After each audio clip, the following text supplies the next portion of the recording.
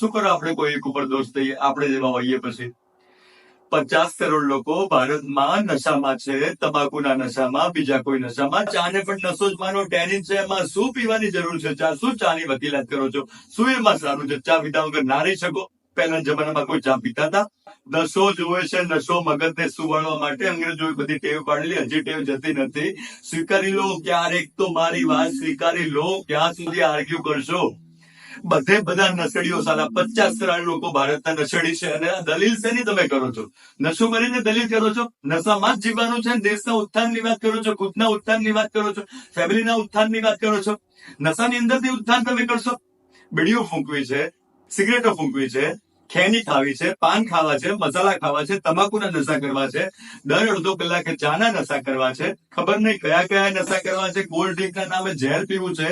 અને બીજી કોઈ તમે તમારું ભલું કરવાની વાત કરી રહ્યા છો. શેનું ભલું રે? રેડ બુલ પીવું છે, પેલું બુલ પીવું છે, આ પીવું છે, તે પીવું છે. એટલે ઘરનું પાણી પી લે, દૂધ પી લે, જે કોથળીમાં ના આવતું હોય એવું દૂધ.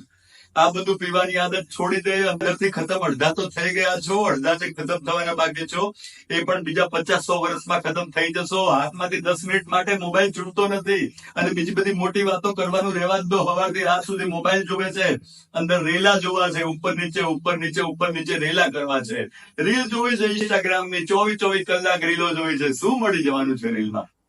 તેમાં તમને ખાલી આ ખરીદો, તે ખરીદો, તમારે ખુદને હીન થાય તેવી જ ભાવના બતાવવામાં આવે છે. આ માણસ અહીંયા ફરે છે, આ માણસ આટલું વાપરે છે, તમે વાપરો અને વાપરીને ખતમ થાવ. આવી ફિલોસોફી જ તમને ત્યાં બતાવવામાં આવે છે.